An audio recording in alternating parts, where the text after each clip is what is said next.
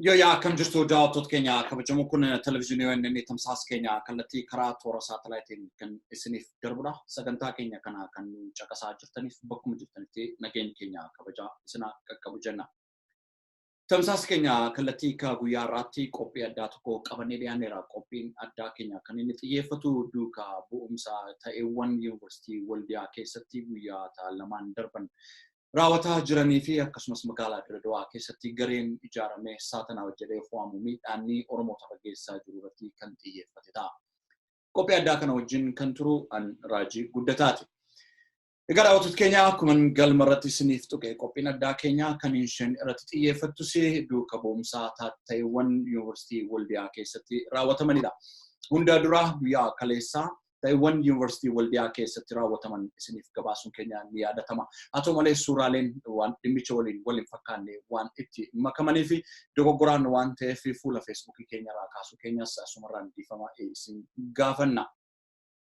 Qophii keenya addaa guyyaa kaleessaatti yuunivarsiitii Waldiyaa keessatti barattoonni Oromoo 4 du'anii 15 immoo miidhaan guddaa irraan ga'ee hospitaalatti yaalamaa jiraachuu isaaniiti.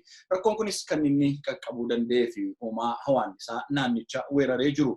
Dhaamsanii yommuu deebi'anitti barattoonni naannoo Amaaraa ta'an qobaatti naannoo Sabaa Darajaa jedhamutti walitti dhufuudhaan barattoota Oromoof naannoo Tigraay irraa dhufan mooraa kanatti barachuu hin qaban jechuun mari'achuudhaan galgala akka miidhaa irraan geessisu mari'atan odeessi barattoonni Oromoo bilbilaan himan ni addeessa. Bu'uuruma kanaan egaa rakkoo dhalateen lubbuun nama 4 darbee namoonni 15 immoo yaalamaa jiru. Haalli kun ammas tasgabbaa'eera jedhee mootummaan naannoo sanaa yommuu miidiyaatti ibsu argaa jirra. Haa ta'u malee gama biraatiin barattoota nuni dubbisne immoo guyyaa irraa kana rakkoon kunis akka hin tasgabboofnedha kan isaan nuuf ibsaa jiran. Maanguddoonni naannichaaf abbootiin amantaa gara mooraatti deemanii rakkoo kana tasgabbeessuu yaalanis homaa bu'aa hin arganneedha kan barattoonni kun jedhan. Gaaffiif deebii gabaabaa bilbilaan isaan waliin taasisnerraa akka hubachuu dandeenyettis mootummaan federaalaa fi akkasumas immoo humni addaa raayyaa ittisa biyyaarraa tasgabbeessuuf gara mooraatti seenes otuma isaan dhaabatanii akaan rukutamaa jiraachuudha kan barattoonni kun nuuf ibsan. Egaa qophii keenya addaa guyyaa irraatti duuka buutee ta'eewwan yuunivarsiitii Waldiyaa barattoota Oromoo irraa ga'aa jiru ilaalchisee qopheeffannee akka armaan gaditti isiniif dhiyeessina. Gaaffiif deebii gabaabaa bilbilaan goonetu jira barattoota wajjin. Gaaffii kana keessattis barattoonni ammayyuu mootummaan mooraatti seenaa baradhaa nuun jedhaa jira. Nuti garuu nageenya keenyaaf waan sodaannuuf maatii keenyatti galuu barbaannaadha kan jedhan. Deebinee barumsa keenya dileetti deebi'uufis yaalleerra. Kadhaa abbootii amantaa fi maanguddoota naannoon godhameen gara mooraa keenyaatti deebinee yommuu jennu dormii keenya keessatti utuu hidhattoonni mootummaa humni addaa federaalaa jiru dhakaa nutti darbatanii barattoonni ammayyuu miidhamaniiru. Kanaaf kophaa keenyatti qophoofnee dirree keessa oollee dirree keessa bulaa jirra. Galgala kanas jechuudhaan ture kan bilbilaan nuuf ibsanii waliigalaa gabaasaasaa gaaffiif deebii gabaabaa barattoota wajjin goonee caqasaa agarsiisin isin dabarsa. Sagaleen kun dhagahamaa? Gaarigaa ati barataa yuunivarsiitii Waldiyaa ta'uu keetii kan hin odeeffadhe gidduu kana rakkoon mooraa keessatti dhalateen lubbuun namoota 4 darbee kanneen kaan immoo madaa'anii hospitaala jiraachuudha. Kaleessa gabaasnes odeessa nuti qabnus. Guyyaa har'aa kana haalli mooraa sana keessa jiru maal fakkaata? Guyyaa har'aa kana haalli mooraa keessa jiru walumaa galatti nagaan argameera garuu barattoonni garee galanii yookaan immoo barachuu dandeenye. Gaafan kana jedhu barattoonni qaamolee gidii yookaan qaamolee mooraa sanaa wajjin pirezidaantii barattoota pirezidaantii yuunivarsiitii wajjin walgahiirra kan oolani. Haa ta'u malee walgahiirra oolanis gara furmaataatti seensuu hin dandeenye maaliif kaayyoon uummata Oromoo lafa sana jiranii gara maatii isaaniitti galuu qofaadha. Kanarraan kan ka'e gaaffii keenya irratti hundoofnee hundaa'anii deebinee deebisuu hin dandeenye. Nuni kan barbaannu gara maatii keenyatti gallee nagaadhaan maatii keenya walitti jiraachuu barbaanna. Sababiin isaa jeeshaan irratti gaggeeffamaa jira. Jallatti gaggeeffamaa jira waan ta'eef ganama walgahiirra oollee walgahiirra haa oollu malee walgahii keenya sana immoo amma maatii wanni fayyadamee jiru gara manaatti galuuf akkumaan dandeessani. Timirti ministeeriin yoo xalayyaa gubbaarraa federaalaa gadi kaasee galaasni godhe qofa hin dadhabne kanaaf galuuf hin dandeessani akkumaayyuu godhanii dhorkanii amma kana sa'aatii kana guyyaadhaa jalqabnee ganamaatti jalqabnee mooraa doormi keenya baanee bakkee jirra.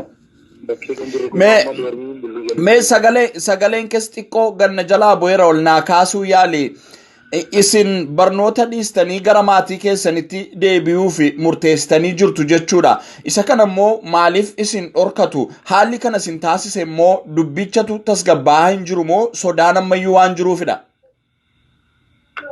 Haalli kana hin taasisee kan tokkoffaan jechuu kanarraa kaasuu jemmarre kana kun kudha keessaa tokko nuni as keessatti ammayyuu ajjechaa gaggeeffamaadha. Guyyaa mataasaa yeroo nuni walgahiirra jiru dhagaanitti deebamaa turan komaandaroonni qaamni federaalarraa dhufan magaalattiituun kan magaalarraa dhufan illee utuu isaan faana dhaabbatanii geejjiba gaggeessaa jiranii dhagaanitti deebamaa turanii sa'aatii sadeetii isaa booddee gadi nu ari'anii doormiiti bakkeedha kan jiru hamma ammaatti. Eenyu faadha warri dhakaa isinitti darbatanii akka ifa ta'utti eenyu kan dhakaa isinitti darbatu? Barattootuma yuunivarsiitii Waldiyaa lammii Amaaraa kan dhagaamti darbataa oole. Kaleessa akkam barataa tokkorraa odeeffadhetti liyyuu haayiliin naannoo Amaaraa qofaa miti humni ittisa biyyaa fi humni federaalaa seenee jiraadha akka jedhanii naa kaasanii. Isaanis homaa tokko tasgabbeessuu hin dandeenye moo isaanis isaanirra godhaniitu isiniif akka isinitti dhakaan darbatamu carraa kennuuf? Utuu isaan nu gidduu dhaabbatanii utuu isaan jiranii nun gamaaf gamasitti gargar nu qoodanii gidduu dhaabbachaa jirra baqannee doormii dhabaane. Maaliif doormiitti nu kaamsaa jiru doormiitti nu kutuu jedhaa jiru waan ta'eef federaalli qaanaarraa kan federaalirraa dhufe tokko keenyaaf ramadamamti doormii wajjin galeen bulu nuni doormii isaanii wajjin bulla waan ta'eef doormii isaanii wajjin rafuun sodaanneera maaliif hin gaddasitu doormii isaanii wajjin ramuudha kan isaan kaanii seeroo butti ta'an waan ta'eef kanarraan kan ka'e amma dhagaa nutti guuranitti kan dhalaa kun amma guyyaa kaafnee ganamaa kaafnee aduu keessa oollee amma kun qorra keessa jirra daraasha nu kennaa daraashatti nu gashaati durubas dhiiras keenyas asuma nu bushaa malee nuni eegaan bushaa malee doormii isaanii wajjin gallee hin rafnu jennee jennaan raawwannee jiru isin gashinu malee jedhanii kunoo amma uleedhaan nu as faraarraanii doormiitti galaanuun jechaa jiru laa kunoo qaamonni federaalaa. Pirezidaantii barattootaa obbo Birahaanee Barihee fi diinii barattoota yuunivarsiitichaa obbo Mokonnin kan jedhamanitti bilbileen ture. Isaan maanguddoota biyyaa wajjin mariirra jirraa barattoota wajjin mari'ataa jirraadha akka jedhani. Deebii keessaniif gaaffii keessaniif deebii isiniif hin kennine jechuudha. Haalachi jiru kan isaan kaasan dhugaa miti jechuudha. Kanarraan kan ka'e barreen gaddaa maanguddoonni abbootiin amantaa dhufanii nu haraarsanii kan deebiin bakkeen gaddaa akkuma kana ijoollee keenya namoota sagal fooqiidha darbachuun nanna isaanii balaan salphaan irra gagga'uudhaan barattoonni kan isaan fayyanii baranas jaarsolii abbootii amantaa fidhatanii haaraan dhufanii bara baraan hin haaramna malee namni gumaa keenyaan tokko nu baasaa jiru nagaan nuuf ta'uu hin dandeenye kaleessa gadda ajjeefamneerraa reebamee lafeen keenya ta'eera har'as jaarsoliin haaramne galla yoo ta'e ammas bara dhufuuf jaarsolii dhufee nu haraarsa yoo ta'e lubbuun nama meeqaa dhabaabee bara baraan wanta jedhu keessa keenya wanta jiruuf yaada isaanii jaarsoliin abbootiin maanguddoolee dhufan kanarratti walii galbillee maanguddooleen haraaramaa jalaa nagaa keessa daree keessa xaabaradhan hunde kanni keessaa buleeta keenya namoota gumaa kana wajjin akkamitti daree tokko keessatti yaranna akkamitti kaafee tokko wajjin yaanna akkamitti wajjin doormii tokko raafna jenneedha kan jenne. Egaa akkanaafi maa jirtutti haalachi jiru ammayyuu guddoo rakkisaa ta'uusaaf isinis alatti guramtanii qorra keessa jiraachuudha. Galgala kanadha kan amma simbiraa lafti dhiyaadha yeroon bilbilaan sitti haasa'aa jiru kana. Rakkoon kun akkasitti kan itti fufu yoo ta'e baay'ee rakkisaa ta'a. Kanaafuu maalti ta'uu qaba jettu isin murtoo waliigalaa barattoonni qabdan kan uummanni Oromoo isiniif dhaga'uu qabu wanta dhaammattu yoo qabaatte. Yaa Oromoo kunuun amma bakkeetti qorraan beeluudhaan qoonqodhumaa jirra waan ta'eef dafaanu dirmadhaa konkolaataa keessan qeerroo keessanii goottaan hojjabaanu fudhadhaan barachuun barbaannu lafa kanatti ergaa qabnu. Ammayyuu taanaan boo'iyyuu asitti rasaasaan nufi dhumalee ol gallee doormii isaanii wajjin rabnu ol gallee dareettiin barannuun kun ejjennoo keenya harrayyuu taanaan boo'iyyuu hundi keenya asitti dhumna malee ol gallee isaanii wajjin daree keenya barannu akka raawwanni baran yoo barbaade mootii naannoo Oromiyaa yuunivarsiitii Ramadee yuunivarsiitii Oromiyaa keessatti barachuu qabna lafti Oromiyaa bal'oodha lafa Oromiyaatti barachuu qabnaadha kan barbaannu maaliif sababiin isaa barreen gaddaan namni sagal miidhamee jaarsolii biyyaa nu haraarsee abbootii amantaa nu haraarsee galle barana kunoo namni 12 irratti miidhaan qaama hamaan ta'e namoota 4 immoo lubbuun of biraa dhabnee jirra. haa ta'u gaa jabaadhaa Waaqni Oromoo sin duukaa haa ta'u haala naannoo sana jiru irra deebinee bilbilee isin gaafannaati jabaadhaa ammaaf garuu yaada naaf kenniteef maqaa dhaggeeffattoota televizyiinii onnenniitiin guddoo galatoomin siin jedha. Hayyee isinillee galatoomaa sagalee keenya uummataan dhugaa qaamadiin milaala dubbisnuu dabarsaa mootummaan naannoo Oromiyaa atattamatti har'a booritiin jedhiin boorganama akka makiinaa nu ergeen gara maatii keenyaatti nu gahuu kabajaan isin gaafanna. Akkuma gaaffiif deebii gabaabaa barattoota waliin goonirraa hubachuu dandeessanitti rakkoon naannoo sana jiru ammas hiikaa argataa hin jiru. Mootummaan gama biraa jedha, bulchiinsi yuunivarsiitichaas waan biraa jedha, humnoonni hidhatanii jiranis immoo haalli kun tasgabbaa'ee jira jechuudhaan yommuu ibsa kennan argaa jirra. Kana qulqulleeffachuudhaaf gara yuunivarsiitii Waldiyaatti bilbileen ture. Diiniin barattoota yuunivarsiitii Waldiyaa obbo Mokonnin kan jedhamani. Yeroo ammaa kanatti haala tasgabbeessuuf carraaqaa jirra waan ta'eef deebii isiniif kennuu hin danda'u naan jedhaniiru. Akkasumas immoo pirezidaantii barattoota yuunivarsiitichaa kan ta'e barataa Biraanee Baraheefis bilbileen ture. Innis irbaata nyaachisaa jira barattoota oduu yookiin odeessa waliigalaa sii kennuu hin danda'u jechuudhaan naaf deebisanii jiru. Gaaffii gabaabaa isaan waliin goones akka armaan gaditti isiniif dhiyeessina. ተማሪ ብርሃን በርሄን አገኛለሁ በዚህ ቁጥር? አዎ ነኝ። ማን ልበል? ራጂ ጉደታ እባላለሁ ከኦኤንኤን ሳተላይት ቴሌቪዥን ነው የምደውለው። እርስዎ የወልዲያ ዩኒቨርሲቲ ተማሪዎች ፕሬዝዳንት መሆኑን ነው የተነገረኝና በወልዲያ ዩኒቨርሲቲ ያለው ጉዳይ አሁን ለጊዜው በጣም ቢዚ ስለሆንኩኝ መረጃ ለመስጠት አልችልም። ከተረጋጋሁ ነገ ጠዋት ልሰጣችሁ እችላለሁ መረጃ። አሁን ተማሪውን ራት እያበላን ስለሆነ ራት ለማብላት ስራ ላይ ነኝ ያለሁት። ነገ ጠዋት ኮሚኒኬት እናደርጋለን ያለው አጠቃላይ ሁኔታ። አሁን ዩኒቨርሲቲው የተረጋጋ ነው እያሉኝ ነው? አዎ ሰላም ነው ያለው። እያበላን ነገር ሽማግሌው ጋር ሁሉንም አቀራቅረን እያበላን ስለሆነ ግዳችን ሰላም ነው። ምንም የተፈጠረ ነገር የለም። ሰላም ነው ያለን። ሰፋ ያለ ማብራሪያ አሁን ሊሰጡኝ እንደማይችሉ ነግረውኛል። ነገ መደወል እንችላለን? ነገ ጠዋት መደወል ትችላላችሁ። ነገ ማውራት ትችላለን። አሁን ተማሪውን ራት እያበላን ስለሆነ በዛ ቢዚ ሆነን ነው። አመሰግናለሁ ለሰጡኝ አስተያየት። እሺ ቴንክስ በጣም ሰላም ጤና ይስጥልን። የወልዲያ ዩኒቨርሲቲ ተማሪዎች ዲን አቶ ሞከነንን በዚህ ስልክ አገኛለሁ? ነኝ ግን ስብሰባ ላይ ነኝ። በኋላ ይደውሉ። ራጂ ይባላለሁ ከኦኤንኤን ሳተላይት ቴሌቪዥን ነው የምደውለው። በወልዲያ ዩኒቨርሲቲ የተከሰተው ጉዳይ ምን ይመስላል? አሁን ያለውን ጉዳይ በትንሹ እንዳው ልታስረዱን ይችላሉ? አድማጭ ስብሰባ ላይ ነኝ። በኋላ ይደውሉ። አመሰግናለሁ። እሺ Haala waliigalaa yuunivarsiitii Waldiyaa keessatti ta'eewwan raawwataman ilaalchisee qophiin qindeeffanne kanuma gama biraatiin akkuma galmaratti isinii tuqe magaalaa Dirredawaa keessatti waggoota lamaan darban kana keessa gareen saatanaa hojjetu of ijaaruudhaan ilmaan Oromoorraa rakkoo garaagaraa gaggeessaa jira. Jiraattonni magaalaa Dirredawaa abbaa biyyummaa magaalaa Dirredawaa kana gaaffii kaastanii rakkoo nurraan gahaa jiru jechuudhaan kanaan dura hidhattoonni naannoo Somaalee akkasuma hiraarsaa turan. Amma immoo hidhattoonni saatanaa hojjechuudhaan tokkummaa biyyattii sirna durii ijaaruudhaaf dhaabbatanii dhaabbilee mormitootaa garaagaraa wajjin hidhata qaban qaamota mootummaa wajjin ta'uudhaan miidhaa nurraan gahaa jiraadha akka jedhan. Guyyoota lamaan kana keessattis namoonni battalatti reebamaa yemmuu dhiiga dhangala'aa daandiirra deemu saba himaalee hawaasummaa irratti argaa turreerra. Dhimma kana ilaalchisuudhaan hojjetaa tokko kan magaalaa Dirredawaa keessa jiraatu haasofsiiseen jira. Haalli achi jiru ammas rakkisaa ta'uu isaatii fi gareen saatanaa hojjetu kun ifatti ol ijaaree beekumsa mootummaatiin Oromoorra miidhaa gahaa jira. Ba'anii galuun Oromoo gaaffii ta'ee jira biyya isaa keessatti kan jedhudha. Kan inni kaasu gaaffiif deebii gabaabaa jiraata magaalaa Dirredawaa wajjin goone isin dabarsaa nu caqasaa. nagaan sinii haa ta'u raajiin jedhama televiziyoonii onneen irraan sinii bilbila. Ayye raajii. Mee jiraata magaalaa Dirredawaa ta'uu keessanii kanan odeeffadhe. Dirredawaa keessatti immoo iddoo kana gareen saatanaa hojjetu Oromoota magaalicha keessa jiraatan addatti miidhaarraan gahaa jira. Humni hidhattoota mootummichaa nagaa eegsisanis immoo irra goranii uummata miidhaa jiru ka jedhu ka odeeffanne isin jiraata magaalaa sanaati. Haala Dirredawaa keessa yeroo ammaa jiru nuuf ibsuu dandeessu laata? Haalli amma gara Dirredawaa keessa jiru haala baay'ee ulfaataadha. Mee maaltu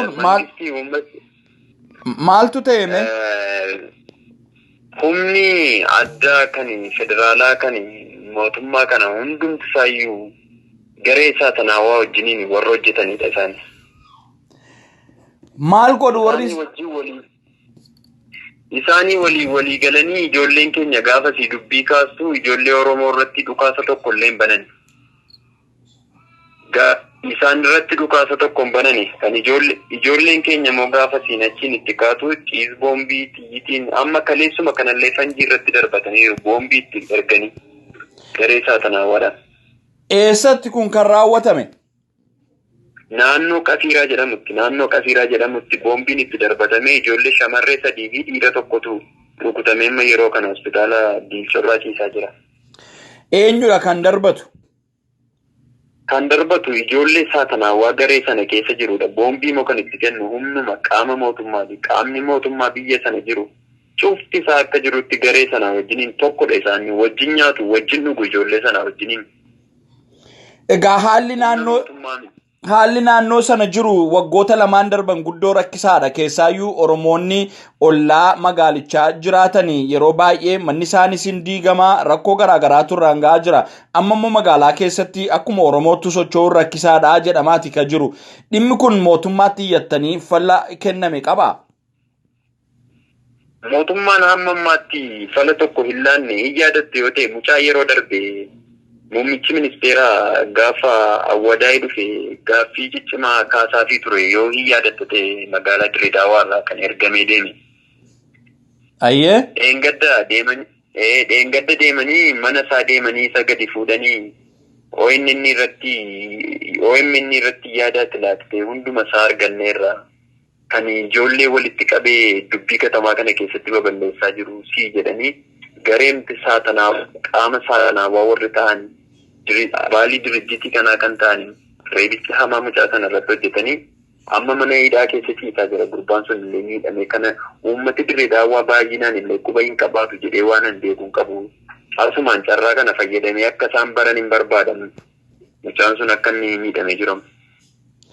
Egaa rakkoon kun fala akka argatuu fi aangawwan immoo Oromoo bakka bu'anii Dirree Dawaa keessatti qaban keessumaa aangawwan ODP mootummaa magaalichaa keessatti iddoo qabu. Isaanoo dhimma kanarratti fala kennuudhaaf tattaaffiin godhan jiraa?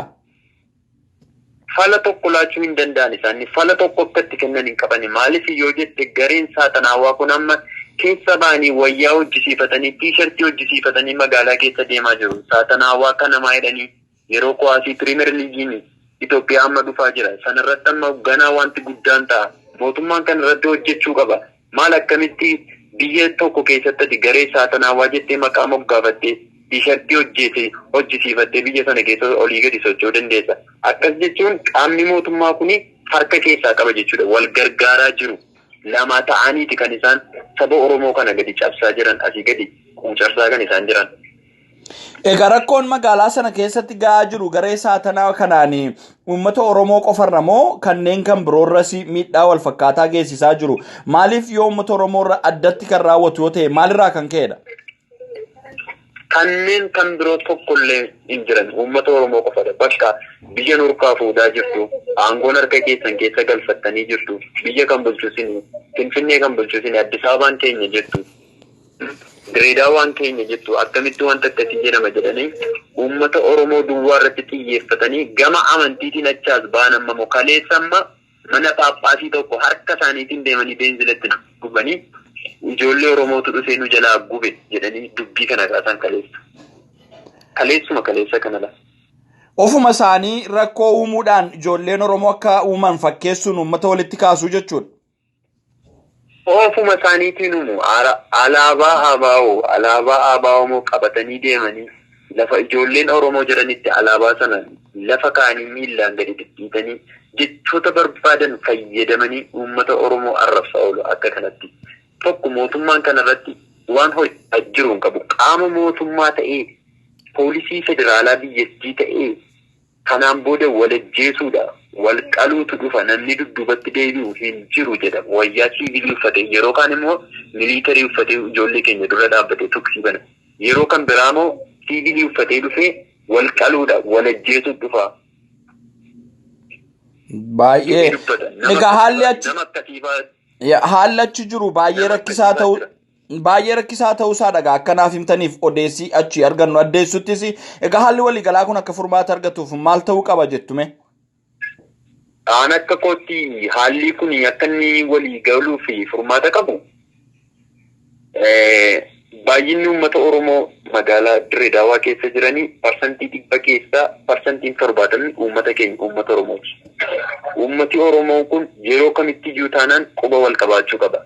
Laga Harree haa ta'uu, Sooskiloo haa ta'uu, Saabbiyaaniin haa ta'uu, Ganda Gaaraa haa ta'uu, Qabra Ijoollee haa ta'uu. Uummati kun miidiyaa tokko irratti quba wal eeggatee wal faana socho'uu qaba. Kanaan booda hirmichaan dhumaa jiru waliin socho'uudha. Gaafa achi laga Harree reebamu, gaafa asii Qashiiraan reebamu, Sooskiloon taa'uu hin qabu, achiin immoo Qabra Biyyaan taa'uu hin qabu. Walii wajjin ta'anii humna akkasitti mangistii gararraa ta'e gadi nu deebisuuf deemaa jiru kanarratti hirmichaa fudhachuu qabna. Kaniin jedhu kanuma dhaamsi boo. Tokko ta'uu qabudha. Wal dhaga'uu qabu, dhageettii walii qabaachuu qabu. Haa ta'u gaa yaada gabaabaa naa kenniteef maqaa dhaggeeffattootaaf daawwattoota televezyiinii ONN'tiin giddoo galatoomin siin jedha. Hayyee yaatillee galatoomi. Egaa daawwattoota keenya kabajamoo tamsaasa keenya kallattii guyyaa har'aa akka qophii addaatti dhimmoota ta'ewwan duuka buunee waa'ee yuunivarsiitii Waldiyaa isiniif dhiyeessinee fi dhimma magaalaa Dirree Dawaa irratti qindeeffanne akkuma kana ture. Qophiilee gara biraan haga walitti deebinutti qophii addaa kana wajjin kan ture Raajii Guddataa ogeessa teeknikaa istiidiyoo inni nuree sabaasna wajjin ture. Amma qophii biraa walitti deebinutti qophiilee inni hafa waliin turtii gaarii isiniif hawwina.